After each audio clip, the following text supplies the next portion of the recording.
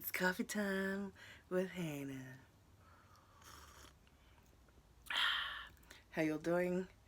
Kia ora e homa. Hello, my friend. How you doing? I hope you're well. I know it's been ages since I've posted something on this page on my YouTube channel. Um, but there was something that I wanted to talk about, and I also wanted to have an animation to help me illustrate what that was. So today's theme for discussion over coffee is grief, and it's something that I have been working through over the last 2 years since my mum passed away. It's a big subject. I don't think there's any right or wrong answers. I don't think there are answers as such. It's just our experiences, right? So I want to share with you my experience of managing or coping with grief after a loved one's passed away. We knew mum was going to die. Uh, we had some indication, we didn't have a time as such as she's got X amount of days, months, years, whatever. We just knew that she was going downhill quite quickly, and to best prepare ourselves for that. I had all the conversations that I wanted to with mum, but you know what? There are still some times where I want to ask mum a question or just hear her voice, see her face, hear her laugh. I'm going to try not to cry. And they're all realities. But sometimes people pass so suddenly that they don't get to say goodbye. And loved ones don't get to say goodbye. So I'm grateful that we were able to have that opportunity to say goodbye to mum when she died. The days leading up to her death were probably more traumatic than her actually passing for me. So it may not be true for my sisters or my uncle who was present at the time. Just seeing mum recognise perhaps that she didn't understand what was happening. That was hard. That was hard for me to see. There's things that I don't remember. So I don't remember the last time I said I love you and she understood. I don't remember what her last meal was. I hope it was good. I really hope it was good, whatever it was. I don't remember the last time I hugged her and she knew that I was there. So they're the things that I just have no recollection of. But whatever the answer to those questions are, I hope it was good. I hope the drink was good. I hope the knowledge of me saying I love you and meaning it, I hope she knew that. Yeah. So there are a few other things about when she, leading up to when she was passing and when she passed. Now we're going to talk about grief and when she's actually gone. For some strange reason, even though I knew she was going to die, it was a shell shock. Because I knew that I didn't need to go and be with her to feed her dinner in the hospital level care facility she was in. That's by no means, I don't intend that to sound like it was an obligation. Mum had Parkinson's disease and meant that she couldn't feed herself or move in the end. It's a funny old thing, eh? I'm not sure if it's qualified as dementia or motor neuron disease. I should look that up. But I know that mum's inability to be able to feed herself or give herself a drink, or that was weighing on her mind, because she was pretty fiercely independent for quite some time of her life.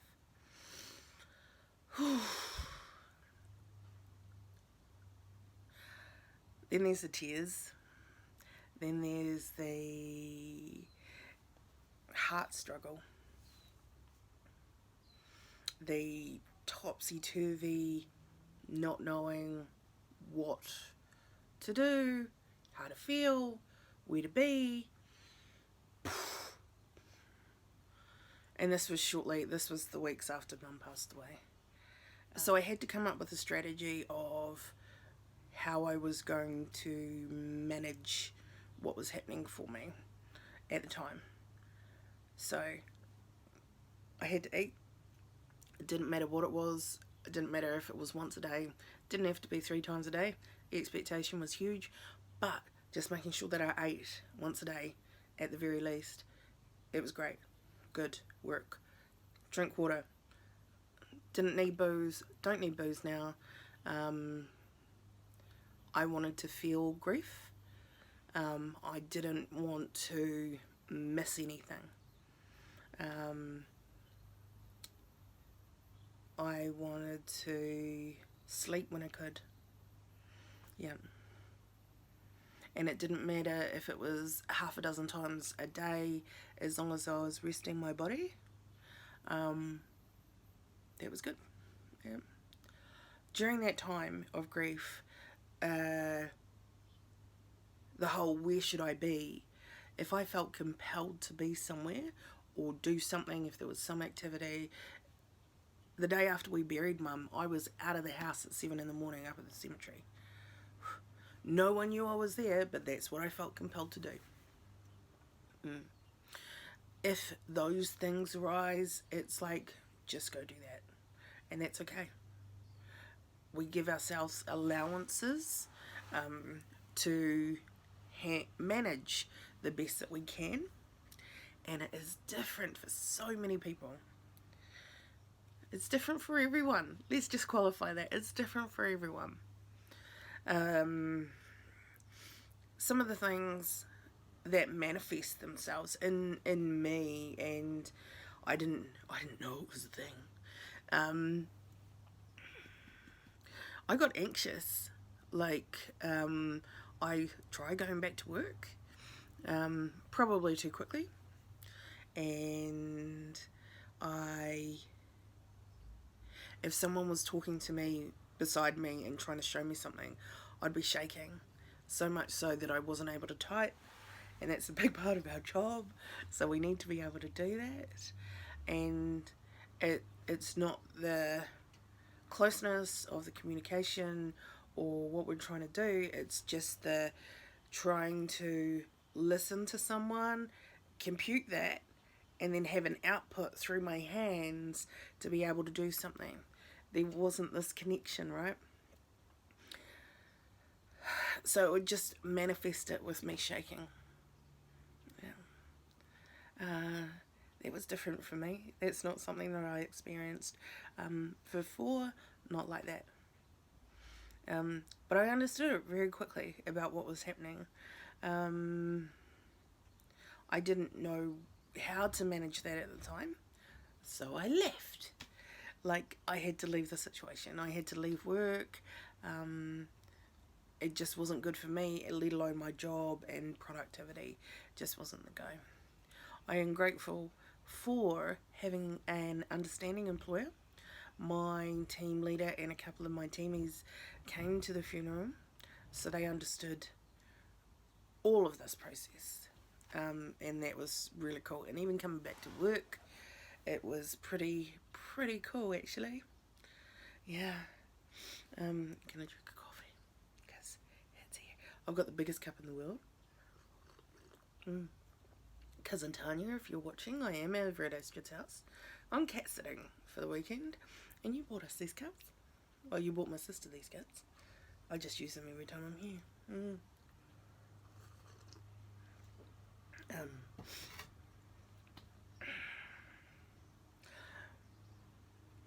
What other ways to grief? It still hurts me today. It still and I don't think you ever get over it.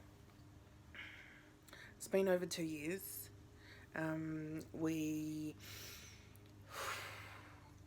had our unveiling on the anniversary of her second year of passing, and it was beautiful. The headstone is amazing. It's more than what we could have hoped for. I think there was a bit of doubt, actually, on my part, that it was going to be everything, the layout, and in position, I think. But just when we took the cover off, it was amazing.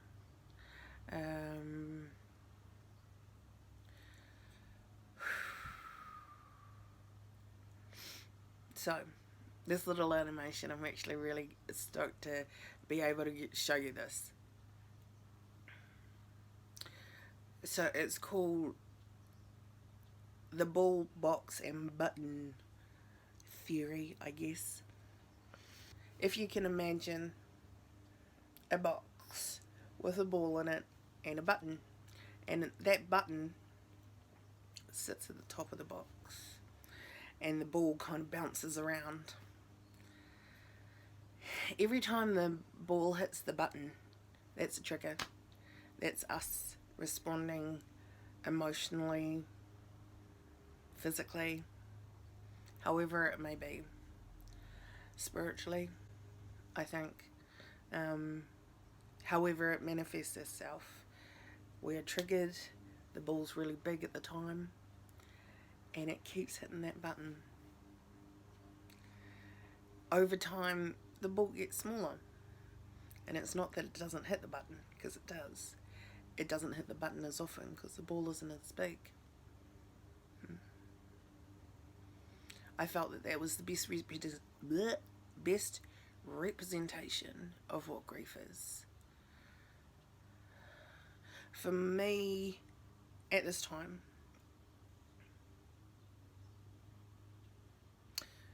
I've wanted grief to become my friend. Yeah. Because it's okay, it's a part of life. Everyone goes through it in some way or some form. So my advice to people who have elderly loved ones, aging loved ones, that's a better word, spend time with them, make memories. It doesn't have to be big. Tell stories, read the newspaper, talk about the weather, take them outside in the garden. I think that is like one of the hardest things of mum being in residential care for quite some time, and I knew there was a point in August 2018 where I wasn't able to help mum anymore, and this was about a month before we moved her to hospital level care, so I wasn't able to take her out beyond the walls of the rest home. So we had to make our own fun. For mum, she was Christian. She loved the Bible. So I would read her passages. She'd have this little supplementary book, Every Day with Jesus, that you can get from a Christian bookshop, not sponsored. And because she wasn't able to hold the Bible, let alone read it, I'd do it. So I'd read it to her. And her love of God is something that we bonded over, because she loved it. She loved the Bible, she loved Jesus. Yeah. Find those things that you can bond over. Doesn't have to be huge. Brush their hair. Mum loved having her nails painted and just having pretty nails. She had the best hands for painted nails though. I don't know. They're long and slender, and yeah, I get these little stubby things like sausages with nails on them. Go figure. Things like that. Little not self-love, I guess, but care for other people. These are the things that you take with you, you know.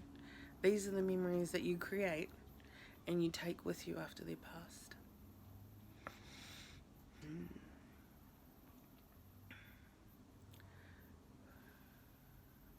Her birthday is always going to be a hard one for me to get through.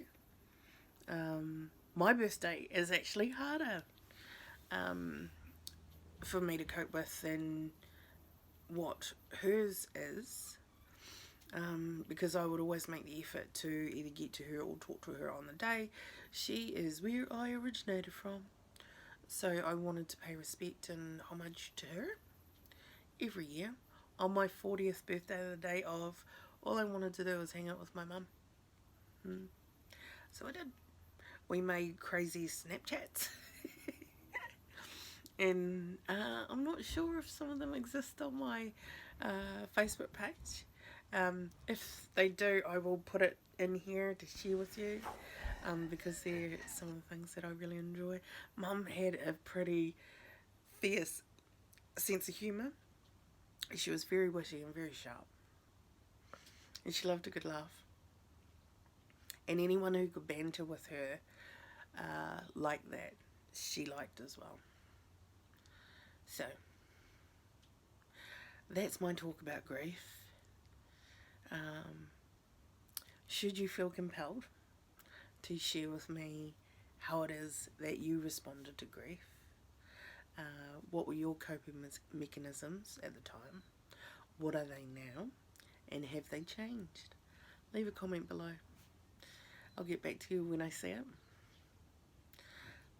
But for now, I'm going to enjoy this Sunday, still morning, Sunday afternoon, and get on with my day. Anyway, kia pai tō rā, kia pai tō wiki. Have a good week. We'll see you later. Bye.